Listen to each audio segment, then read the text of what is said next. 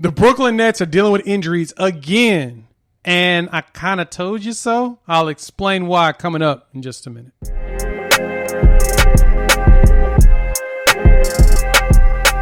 What's good, everybody? It's your boy Jay here with Unfair Sports, where we take a pensive approach to the sports conversation. In this video, we're going to talk about the Brooklyn Nets injury woes and kind of me, Jay, telling you so. I'll explain. Let's start with this. I said this before, and I'll say it again. I'm not going to lie to you all. I'm not going to lie to you all as fans. I'm not going to lie to you. Or am I going to just give BS analysis or statements around what's going on? I'm not going to throw out clickbait. I'm not going to throw out super hot takes like that. I typically try to be as thoughtful and as pensive as possible when I come out with stuff. And in a situation like today, I could totally sit here and as me and Jimmy were texting back and forth earlier, I could just be rubbing on myself, just excited and just celebrating everything that I said coming to fruition, even though I really do feel bad that it did happen. Mm-hmm. And this is what I'm talking about. I made the proclamation over the last 3 months that the Brooklyn Nets would not make it out the second round. And there's one reason why. There's only one reason why. I said if this doesn't happen, they will go. But this one thing I expect to happen, unfortunately, because of the way the year's going on, is I don't know who's going to play throughout the entire series. I had no clue who was going to make it. I know nobody was safe because we've seen so many anomaly injuries this year that I just felt like this team coming together as a super team, that the basketball guys were going to reward the people that hate super teams and take this team out. Sure enough, game 5, which is tomorrow, hence the day of you watching this because this comes out Tuesday morning, they're going to be without 2 key players. They will be out James Harden and now Kyrie Irving after that majorly disgusting ankle injury. And if you go down the list, StatMuse put out a tweet, as well as my guy Zach Noble over at Noble and Roosh at Ball's Life. They put out this tweet about injuries in the playoffs. Let me read the names to you real quick, and I'm going to ask a question. We got Kyrie Irving, James Harden, Anthony Davis, Jamal Murray, Mike Conley, Jaylen Brown, Donovan Mitchell, Chris Paul, Joel Embiid, and our boy LeBron James. So now, I have to ask the question to you, Jimmy. Is it fair or unfair to say that the Brooklyn Nets will not make it out of the second round this year?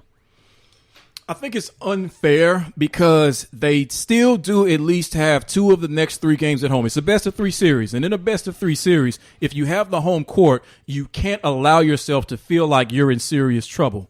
So they do have that going for them. Yes, you have injuries to your second and third best player. That is something that, to my memory, I can't think of a superstar who, as far as getting out of the second round, I'm not sure, but I've not ever seen a superstar win a championship being down their number 2 and their number 3. Kyrie Irving, because he heals slow, because he has an injury history, and because this was a legitimate sprained ankle where all of his weight after a jump came down on that ankle sideways. That's at least a 3 to 4 week injury, meaning he's not coming back for the playoffs. James Harden, hamstring re-aggravation. We don't know when he's going to be back. They can't allow him to come back unless he's 100%, or else next time it could be even worse. So the Nets can't allow themselves to panic. Here's what they have to do. They have to say, okay, we're in a tough spot. This is bad. The Bucks are confident. They've won the last 2 games. So here's what we have going for us. Not only do we have 2 of the next 3 at home, but that's basically all we have. So here's what we're going to rely on. That's it, guys. There we go. Here's what we're going to rely on. We're going to need Joe Harris to be Klay Thompson. We're going to need Blake Griffin to be we're going to need him to be Draymond Green. And if I'm Steve Nash, I promise you, Blake, I will actually play you in the second half. And Bruce Brown, since you wanted the last second shot, what was that, 2 games ago? Well, now, congratulations. You get all of Kyrie Irving's shots. Let's see if you can really hit them. They need them to play well at home. You don't have to play well in Milwaukee because you're not going to. They need to play well in Game 5 to complement KD, who is definitely going to have over 30 points, and they need to play well in the Game 7 for them to have a chance to come out of the second round.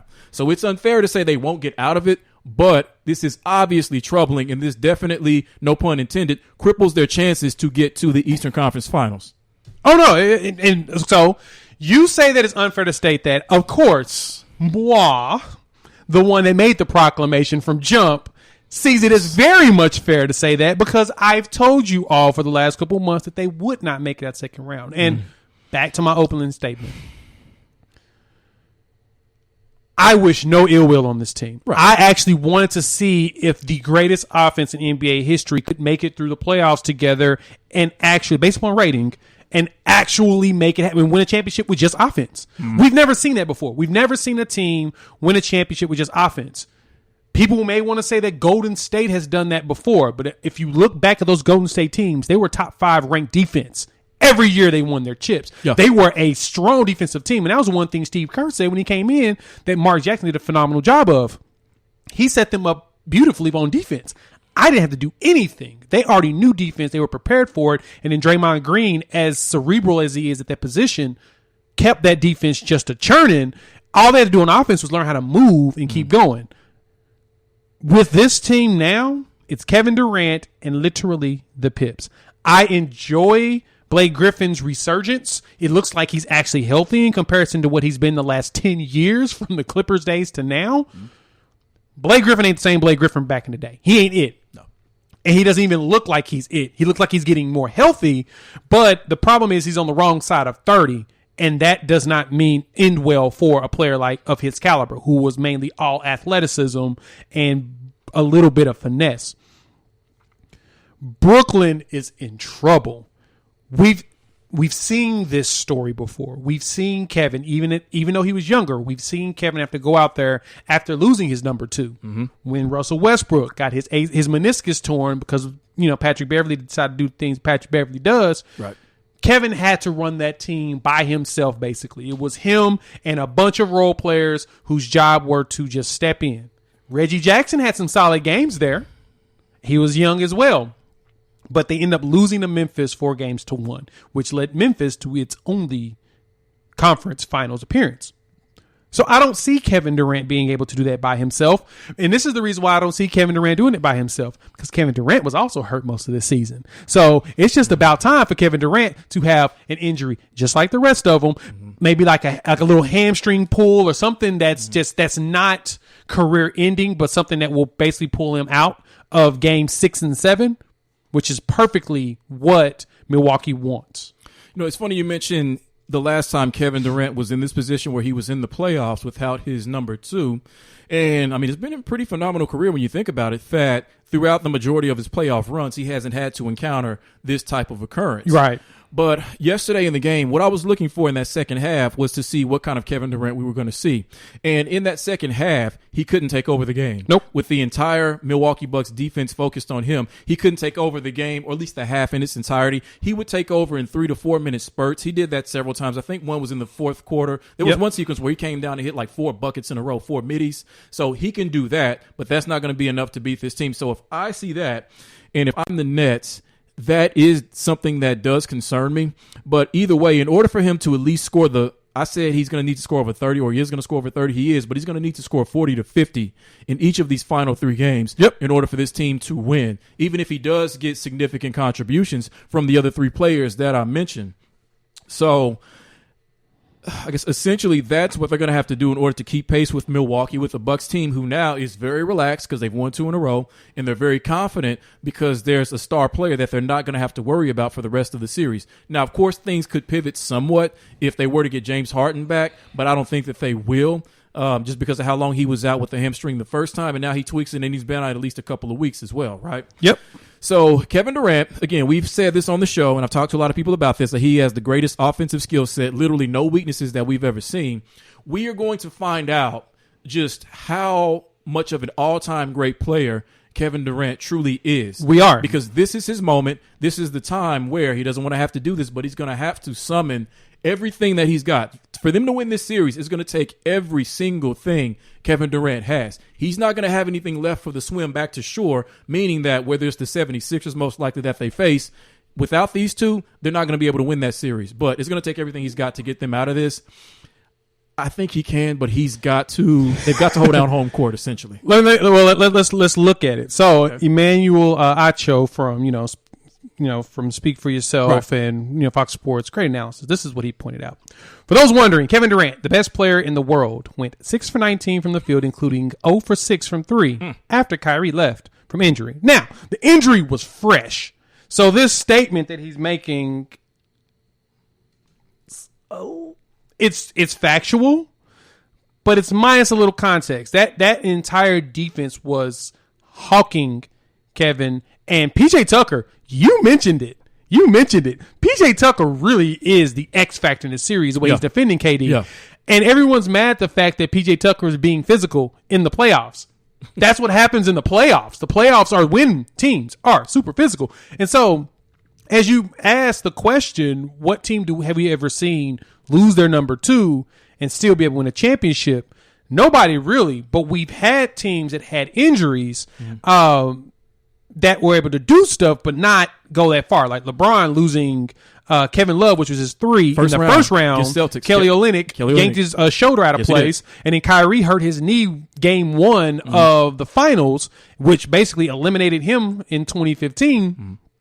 That's really one that you can truly think of that was very impactful. Then you can go with even I got one for you. The Celtics losing Kendrick Perkins. As much as we don't want to talk about how good Kendrick Perkins is, when the Celtics lost Kendrick Perkins going up against the Lakers in the finals, Kendrick was a big piece to help against Pau Gasol and Andrew Bynum. Like, that's how they won the championship, was having him there. He wasn't a 2 or 3. He was more of a role player, but that was one of those key role players you needed.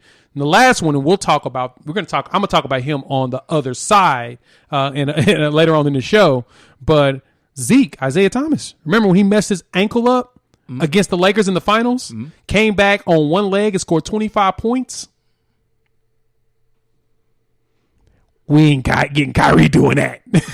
I just say that. Well, I could add one to what you were just talking about. What about a couple of years ago with the Warriors losing Klay Thompson and losing Kevin Durant? So at the time, you had Steph Curry, who was the number 2, we'll say, because Kevin Durant was still a better offensive player than him. Right. So you lose your number 1, you lose your number 3, and they all end the same way. Now, I can't remember how the Zeke finals went. The Lakers the rest of them lost. Okay, so they all lose. You lose. That's the point. Right. When you lose your number 2 and your number 3. You know, it happens. That's just kind of the way the world I don't know. Do you think Kevin Durant, I know you don't think Kevin Durant can do it under these circumstances because this is what you have been predicting, but do you think that he is superstar enough and great enough to be able to lift them? Is there a chance he can lift them out of the second round himself? Kevin Durant. No. 0.